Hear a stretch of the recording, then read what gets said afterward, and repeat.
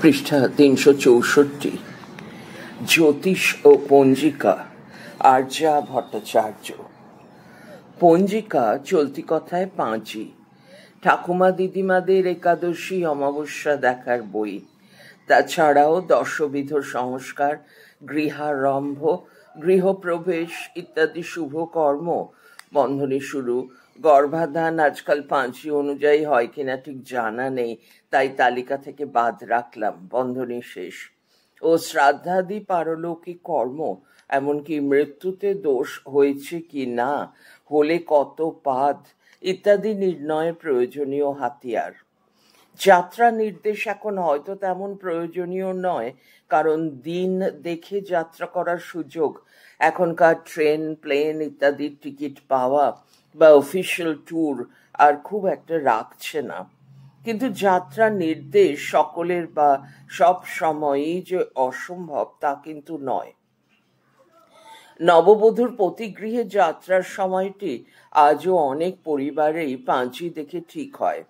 এছাড়াও আজকের দিনটি কেমন যাবে বা মাসটি কেমন যাবে তা জানার আগ্রহ ও বিশ্বাস বা নিদেন পক্ষে নিতান্ত কৌতূহল বহুলাংশে পঞ্জিকা কেন্দ্রিক। সুতরাং বাঙালি জীবনে পঞ্জিকার অবস্থান বেশ সাড়ম্বর। তবে পঞ্জিকা যে বাঙালিদের একচেটিয়া তা কিন্তু নয়। মৈথিলি, ওড়িয়া, অসমিয়া ইত্যাদি অন্যান্য ভারতীয় ভাষাতেও পঞ্জিকা প্রকাশিত হয়। ভারতবর্ষের অন্যান্য ভাগে পঞ্জিকাকে বলা হয় পঞ্চাঙ্গ। কথিত আছে যে সূর্য সিদ্ধান্তই পঞ্জিকার আদি রূপ। ইংরেজ আমলের প্রথম দিকেও বাংলা পঞ্জিকা হাতে লেখা অবস্থায় প্রকাশিত হয়েছে, তবে ছাপা অক্ষরে বিশুদ্ধ সিদ্ধান্ত পঞ্জিকা প্রকাশিত হয় 1869 খ্রিস্টাব্দে। বিশুদ্ধ সিদ্ধান্ত এবং গুপ্ত প্রেস ছাড়াও মদন গুপ্তের ফুল পঞ্জিকা ইত্যাদি বাঙালির ঘরে ঘরে দেখতে পাওয়া যায়। পৃষ্ঠা ৩৬৫। এখন প্রশ্ন হচ্ছে যে পাঁজি কারেরা, বন্ধনী শুরু, যে কোনো পাঁজিতেই পণ্ডিতবর্গের এক মস্ত বিবরণ পাওয়া যায়, যারা সেই পাঁজি প্রস্তুত করেন অথবা সমর্থন করেন। পাঁজিকার বলতে আমি এদেরই বোঝাচ্ছি। বন্ধনী শেষ তারিখ। পাঁজিতে উল্লিখিত বিষয়গুলি কিভাবে নির্ধারণ করেন, এটি বুঝতে গেলে আমাদের একটু পিছিয়ে যেতে হবে হিন্দু ধর্মের গোড়ার কথায়।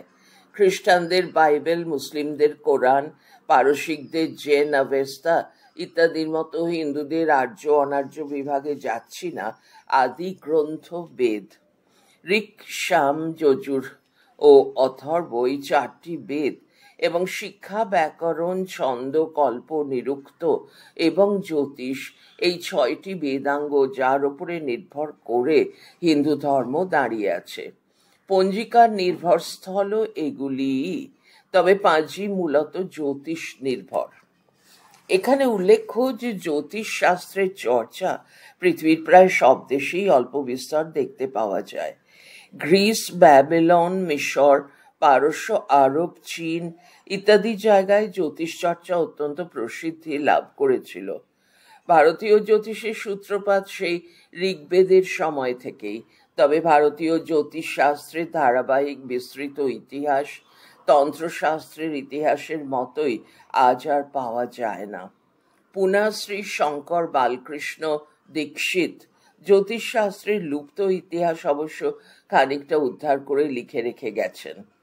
যাই হোক, এটি সর্বজন সমর্থিত যে জ্যোতিষশাস্ত্র তিন ভাগে বিভক্ত: এক, গণিত জ্যোতিষ বা জ্যোতিষতন্ত্র; দুই, ফলিত জ্যোতিষ বা হোরাস্কন্ধ; এবং তিন, জ্যোতিষ সংহিতা বা শাখা স্কন্ধ। জ্যোতিষ শাস্ত্রের যে বিভাগে গ্রহ গতি নিরূপণ করা হয় সেটিই গণিত জ্যোতিষ। গণিত জ্যোতিষ আবার সিদ্ধান্ত ও করণ জ্যোতিষ এই দুই ভাগে বিভক্ত। গ্রহগণের গতিবিধি গণনায় গণিতের প্রমাণ সহ যেখানে সূত্র প্রদত্ত হয়েছে সে অংশটি জ্যোতিষ সিদ্ধান্ত। এখানে উল্লেখ্য যে ভারতীয় জ্যোতিষ অনুযায়ী মেষ, বৃষ, মিথুন, কর্কট, সিংহ, কন্যা, তুলা, বৃশ্চিক, ধনু, মকর, কুম্ভ ও মীন এই দ্বাদশটি রাশি, এবং রবি, চন্দ্র, মঙ্গল, বুধ, বৃহস্পতি, শুক্র, শনি, রাহু, কেতু এই 9টি প্রকাশিত ও পাত স্নে তালবস্বয় হস্যই দন্তের নয় বফলা দীর্ঘই, ধূম, পরিধি ও চাপ এই 5টি অপ্রকাশিত গ্রহ। পৃষ্ঠা 366। ফলিত জ্যোতিষ বা হোরাস্কন্ধ জ্যোতিষ শাস্ত্রের সেই বিভাগ যার দ্বারা জাতক জাতিকার জন্মলগ্নাদি নিরূপণ, ভাগ্য নিরূপণ ইত্যাদি করা হয়। জ্যোতিষের তৃতীয় ভাগটি অর্থাৎ শাখা স্কন্ধ, গণিত ও ফলিত উভয়েরই অন্তর্গত, তাই একে মিশ্র স্কন্ধও বলা হয়। মিশ্র স্কন্ধে গ্রহগণের বক্র ও উদয়স্তাদি নিরূপণ, যাত্রা, বিবাহ, গর্ভাধান, রাষ্ট্র বিপ্লব ইত্যাদি আলোচনা করা হয়। পঞ্জিকা মূলত জ্যোতিষ শাস্ত্রের এই শাখার উপর নির্ভরশীল। এক তিথির শুরু থেকে অন্ত পর্যন্ত যে সময় তাকে বলা হয় চান্দ্র দিন। এইভাবে 30 চান্দ্র দিনে এক চান্দ্র মাস হয়। চন্দ্র থেকে তিথি ও করণ গণনা, চান্দ্রায়ণ, ব্রত উপবাস, বিবাহ, চূড়াকরণ, বিষ্ণুর রথযাত্রাদি দ্বাদশ যাত্রা চান্দ্র মাস দ্বারা নিরূপিত হয়। পঞ্জিকাও এই হিসেব অনুযায়ী লিখিত হয়। অন্যদিকে জনন ও মরণা, শৌচের দিন গণনা ইত্যাদি শ্রাবণ দিন ও শ্রাবণ মাস, সূর্যোদয় থেকে পুনঃ সূর্যোদয় পর্যন্ত যে দিন তাই শ্রাবণ দিন, ও এইভাবে 30 শ্রাবণ দিনে এক শ্রাবণ মাস হয় অনুযায়ী স্থিরীকৃত হয়।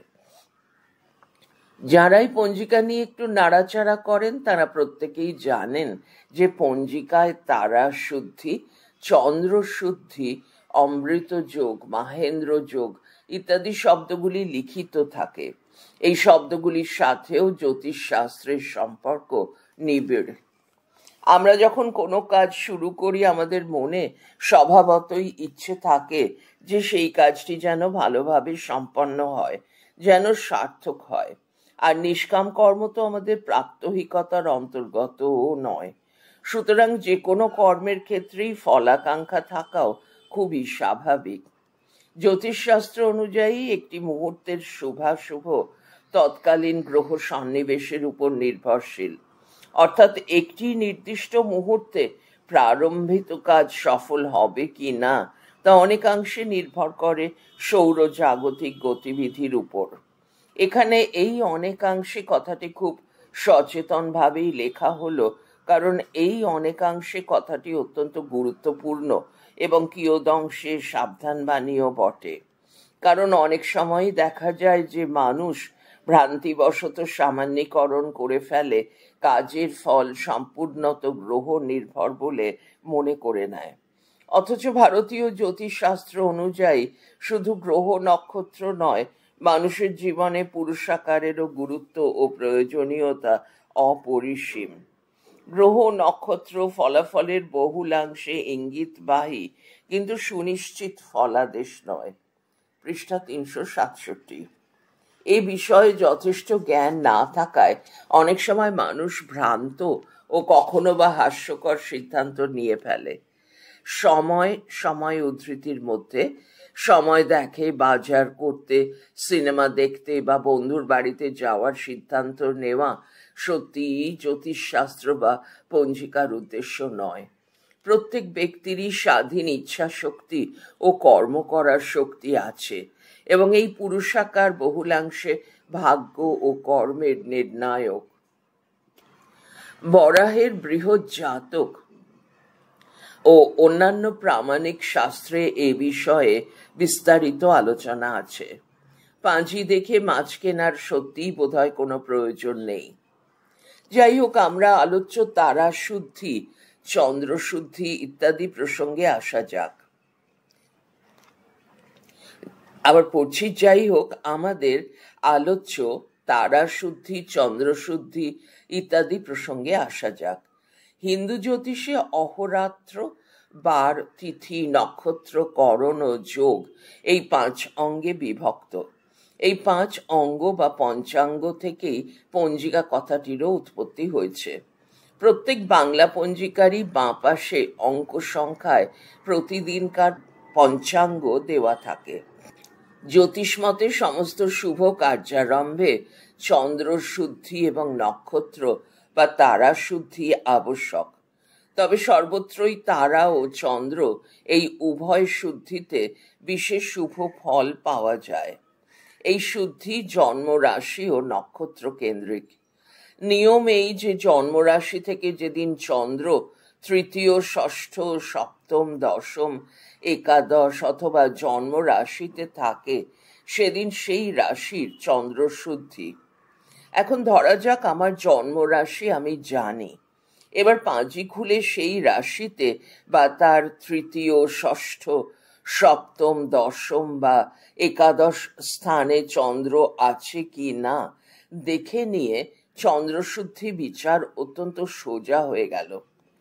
তারা শুদ্ধি বিচার কিছু জটিল হওয়ায় সে বিষয়ে সবিস্তার আলোচনা করা এই স্বল্প পরিসরে সম্ভব নয়। তবে সাধারণভাবে বলা হয় যে চিত্রা, অনুরাধা, মৃগশিরা, রেবতী, পুষ্যা, অশ্বিনী, রোহিণী, উত্তর ফাল্গুনী, উত্তরাষাঢ়া, উত্তর ভাদ্রপদ ও হস্তা এই নক্ষত্রদের যে কোনো একটিতে মঙ্গলবার ব্যতীত অন্য বারে এবং চতুর্থী, নবমী, চতুর্দশী ভিন্ন অন্য তিথিতে বাণিজ্য ও গৃহারম্ভ শুভ। জ্যোতিষের এই রকম সব নিয়ম অনুযায়ী পাঁজিতে বিভিন্ন শুভাশুভ দিন নির্দেশ করা হয়। পঞ্জিকায় দুর্গাপুজো, সরস্বতী পুজো, মনসা পুজো, শিবরাত্রি ইত্যাদিরও দিন নির্দেশ করা থাকে। এইসব পূজার তিথি জ্যোতিষ শাস্ত্রকৃত চান্দ্র তিথি অনুযায়ী স্থির হয়। কিন্তু কেন সেই বিশেষ পুজোয় সেই বিশেষ তিথির প্রয়োজন সেটি প্রায়শই পুরাণ সংহিতার উপর নির্ভরশীল। পৃষ্ঠা 368। দুর্গাপূজার অর্থাৎ কিনা শারদীয়া দুর্গাপূজার ইতিবৃত্ত কারোরই অজানা নয়। এছাড়াও মাঘ মাসের শুক্লা পঞ্চমী তিথিতে সরস্বতী দেবীর উৎপত্তি হেতু শুক্লা পঞ্চমী ও মাঘ মাস এই দুইয়ের সমন্বয়ের দিন সরস্বতী পুজো বলে কথিত। ব্রহ্ম বৈবর্ত পুরাণে শ্রীকৃষ্ণও সে কথা বলেছেন। কোন পুরাণ মতে ত্রিযুগী নারায়ণে শিব পার্বতীর বিয়ের দিনটি শিবরাত্রি রূপে পালিত হয়। শিবরাত্রি বিষয়ে অবশ্য আরো অন্যান্য কাহিনীও প্রচলিত আছে। এখনকার পাঁজিতে শুধু যে গণিত জ্যোতিষ থাকে তাই নয়, পঞ্জিকাকারেরা ফলিত জ্যোতিষও খানিক খানিক রাখেন। যেমন প্রাত্যহিক রাশিফল, লগ্ন ও রাশি অনুযায়ী বর্ষফল, গ্রহদের চলন অনুযায়ী গোচর ফল, মাসিক নক্ষত্র ফল ইত্যাদি। এইসব ফলাদেশ যদিও খুবই জেনারেলাইজড ওয়েতে লেখা, তবুও মানুষের ভাগ্য জানার প্রবল আগ্রহ এইসব বিষয়ে সন্নিবেশে পাঁজিকে আকর্ষণীয় করে তোলে এবং তার ফলে বাণিজ্যিক লাভ বই ক্ষতি হয় না। ফলিত জ্যোতিষের একটি অত্যন্ত গুরুত্বপূর্ণ অংশ হচ্ছে জাতক বা জাতিকার লগ্ন নিরূপণ। এই লগ্ন নিরূপণ পদ্ধতিটি গাণিতিক জ্যোতিষের উপর নির্ভরশীল। মেষাদি দ্বাদশ রাশির উদয়কে দ্বাদশ রাশি বলা হয়। একটি দিনে সূর্যোদয় থেকে পরবর্তী সূর্যোদয় পূর্ব পর্যন্ত দ্বাদশটি রাশির ক্রমানুসারে উদয় হয়। যেমন বৈশাখ মাসে প্রথমে সূর্যোদয়ে মেষ রাশি উদিত হয়। এরপর ক্রমে ক্রমে অন্যান্য রাশিরা একে একে দিন এগোনোর সাথে সাথে উদিত হয়ে থাকে। জাতক জাতিকার জন্মের সময় দ্বারাই জন্মলগ্ন নির্ধারিত হয়, আর রবি ভুক্তি নির্ণয় এ ব্যাপারে অত্যন্ত প্রয়োজনীয়। সহজ করে বলতে গেলে রবি যে মাসে যে রাশিতে থাকেন সেই লগ্নদ্বয়ের সঙ্গে সঙ্গেই উদিত হন। এখন জাতক জাতিকার জন্ম সময় থেকে এই লগ্নদ্বয়ের পার্থক্যের হিসেবের দ্বারা রবি ভুক্তি স্থিরীকৃত হয়। এটি লগ্ন নিরূপণের ক্ষেত্রে অত্যন্ত প্রয়োজনীয়। এছাড়াও গ্রহস্ফুটাদি বহু অঙ্কই লগ্নাদি নিরূপণের জন্য অত্যন্ত প্রয়োজনীয়। পরাশর সংহিতা, বৃহৎ পরাশরী ইত্যাদি গ্রন্থের সহায়তায় এই গণনা করা যায়, যা অত্যন্ত দুরূহ। বর্তমানে পঞ্জিকা এই দুরূহ কাজ জ্যোতিষ চর্চাকারীদের জন্য অনেক সহজ করে দিয়েছে। যে কোনো স্ট্যান্ডার্ড পাঞ্জি নিয়ে দেখলে আমরা দেখতে পাবো যে সেখানে গ্রহস্ফুট, বিভিন্ন গ্রহের অবস্থান, তাদের উদয় অস্ত ইত্যাদি পরিষ্কারভাবে দেওয়া আছে। পৃষ্ঠা 369। অর্থাৎ কিনা জন্মকোষ্ঠী প্রস্তুত করার সমস্ত মাল মশলাই পঞ্জিকায় সহজলভ্য। অতএব পাঁজিকে অনায়াসেই জ্যোতিষশাস্ত্রের মেড ইজি সংস্করণ বলা যায়। সুতরাং জ্যোতিষ চর্চায় বর্তমানে পাঁজি নিতান্ত আবশ্যক। আবার অন্য দিক থেকে দেখতে গেলে আর্যভট্ট, মহর্ষি পরাশর ইত্যাদি জ্যোতিষ গ্রন্থ প্রণেতাদের প্রদত্ত নিয়মাবলীর উপরই পঞ্জিকা নির্ভরশীল।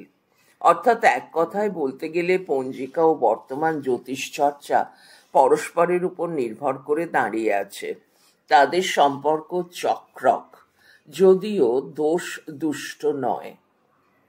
সূত্র 1 হোরা বিজ্ঞান রহস্যম, শ্রী নারায়ণচন্দ্র ভট্টাচার্য। 2 জ্যোতির্বিজ্ঞান কল্পলতিকা, শ্রী যোগেন্দ্রনাথ রায়। 3 ভারতে জ্যোতিষ চর্চা ও কোষ্ঠী বিচারের সূত্রাবলী, শ্রী নরেন্দ্রচন্দ্র বাগল। 4 পরাশর সংহিতা।